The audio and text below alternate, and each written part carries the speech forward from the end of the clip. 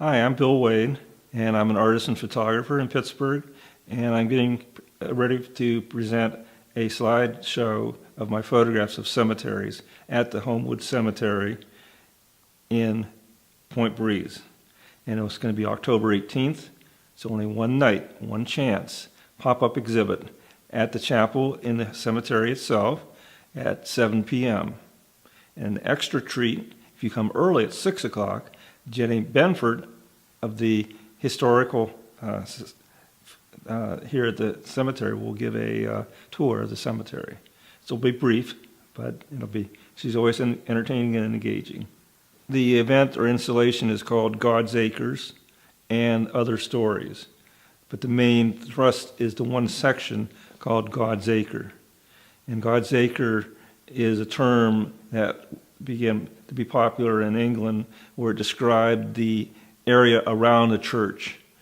And that's where cemeteries began. The burial grounds were around the church. Then they expanded into rural areas, and Homewood Cemetery is a lawn cemetery, which is a whole different topic. And so I became interested in photographing in cemeteries, in part because they're a cliche, and I wanted to rise above what a cliche is and see if I could put my own thumbprint on it. I'd left the Post-Gazette a little over 2 years ago, and I needed a new project to work on. So I think the subject matter of death and mortality relates to change in life too. So I had a change in life where I left daily photojournalism at the Post-Gazette and had to move somewhere else. So after the first 6 months of taking photos with my cell phone, I finally went out and bought a real digital camera. And to learn how to use it, I went to Beulah Cemetery in Churchill and photographed there just to kind of start learning how to use the controls. And I said, oh, this is really peaceful and quiet. You don't need an appointment to go photograph someone. They're there. So that was the germ of the beginning of that. And the photography in the cemeteries is not just in this region. It's not just Homewood Cemetery, but it's about 30 different cemeteries in this region, and in northern Ohio, and Virginia for Confederate graves down there. And so far, in this 2-year journey, I've also included California. I went there and photographed ghost town cemeteries, and of course went to LA, and I went to Hollywood Forever and the Forest Lawns and all the great celebrity graves that are there. And there's some pretty unique and strange ones, like Johnny Ramone and Chris Cornell and Toto the dog and just all kind of bizarre things. Well, first of all, I wanted to go beyond a normal exhibit, which I've always done. I've exhibited nationally and internationally in Prague and the Soviet Union, and so I wanted to do something that was multimedia related, and so I decided I wanted to project the photographs on a big screen, which we'll be doing here at the Homewood Cemetery Chapel. And eventually I hope to do the same event bigger and do it outdoors. And not only here, but also in Cleveland and the rest of the world. I'm not sure where else. But challenges were, first of all, this is not a gallery, and this is not a museum. So I had to gain the confidence of the staff here at Homewood Cemetery that this was going to be an event that they wanted to do. And they eventually got on board, and I'm so happy for their support. And Jenny Benford, the historian here, who's giving the tour, has been immensely helpful. How did you get to Carnegie Hall? You practice. I've just always been, the need for me to tell stories is really strong. My advice to emerging photographers or people that are really looking to do this exhibiting-wise is you got to start small and work your way up. You got to treat it like a job. Part of your job is showing up. So you're going to art events, you're meeting the curators, you're meeting the museum gallery people, and you're telling them your ideas, you're You're finding out what they're working on. They're always working 2 to 5 years in advance sometimes. And so you never know when something that you're doing could be part of what they're doing also.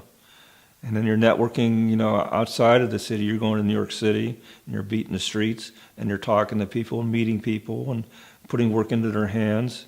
It's there's no easy path, but part of it is just beating the streets, hitting the pavement, and working hard. The Pittsburgh art scene is, and in Pittsburgh in general, I was just talking to a arts editor from New York City, and she was amazed at all the things that are in Pittsburgh.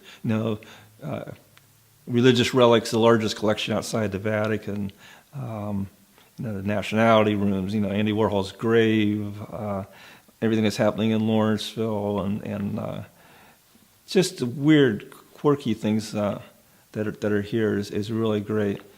But the art scene is too. It's reasonably sized, where it's big and important enough, but it's not too big that you can't enter it, easily, either as a consumer of art or a creator of art. In some cases, I think there might be too many venues that are here, because it's difficult to decide where to go see what's really good. There's really avant-garde places like the Bunker Project in Bloomfield or Garfield, whatever they call it, that they're doing this really great stuff, and it's really cutting edge, and it's small, and people don't know about it, but they're really important. But then you have a coffee shop that promotes what they're showing, and is it any good? No, not really. You need places to start. I think maybe there needs to be a better mentorship of older artists to younger artists, and maybe a more easily connected scene that you could possibly do that. It sounds like a good grant for a nonprofit somewhere. Let's do it. Well, I just mentioned the Bunker. So that they're very great. They're great. Silver Eye Center for Photography has always got a place in my heart. I was involved early on in one of not the original organizers, but I've been a part of that for a long, long time. And they just moved to new gallery facilities in Bloomfield on Penn Avenue, and they're part of the Friday monthly gallery crawls, which is really, really fabulous. Boom out there in Garfield is doing some really good things. Casey Droege has Small Mall, which is in Lawrenceville now, promoting sales for emerging artists and affordable art, which is really, really great. And she also does a thing called 6x8, ATE, which are great evenings with food and people talking about art. Evan Mirapol has the Pittsburgh Photo Fair that's yearly. It's in the 6th or 7th year, that brings in gallerists from all over the world showing photography and selling photography and having a lecture. And Evan also has 2 houses in Troy Hill that's dedicated to one artist each house, totally installed by one artist. That's really fabulous. So, and these are hidden things that no one knows anything about. And of course, the Associated Artists of Pittsburgh, the grand dame of everything, the longest running arts organization in the country, and it's having its 106th annual right now. And I'm a new board member there. I just joined a few months ago, and I'm very happy to be serving them and working with them. Come on out Thursday, October 18th. Come see the show. No popcorn is needed because we won't serve it. No RSVP, just show up. Hi, I'm Bill Wade, and I'm a photographer and artist in Pittsburgh, and Mr. Bones knows me.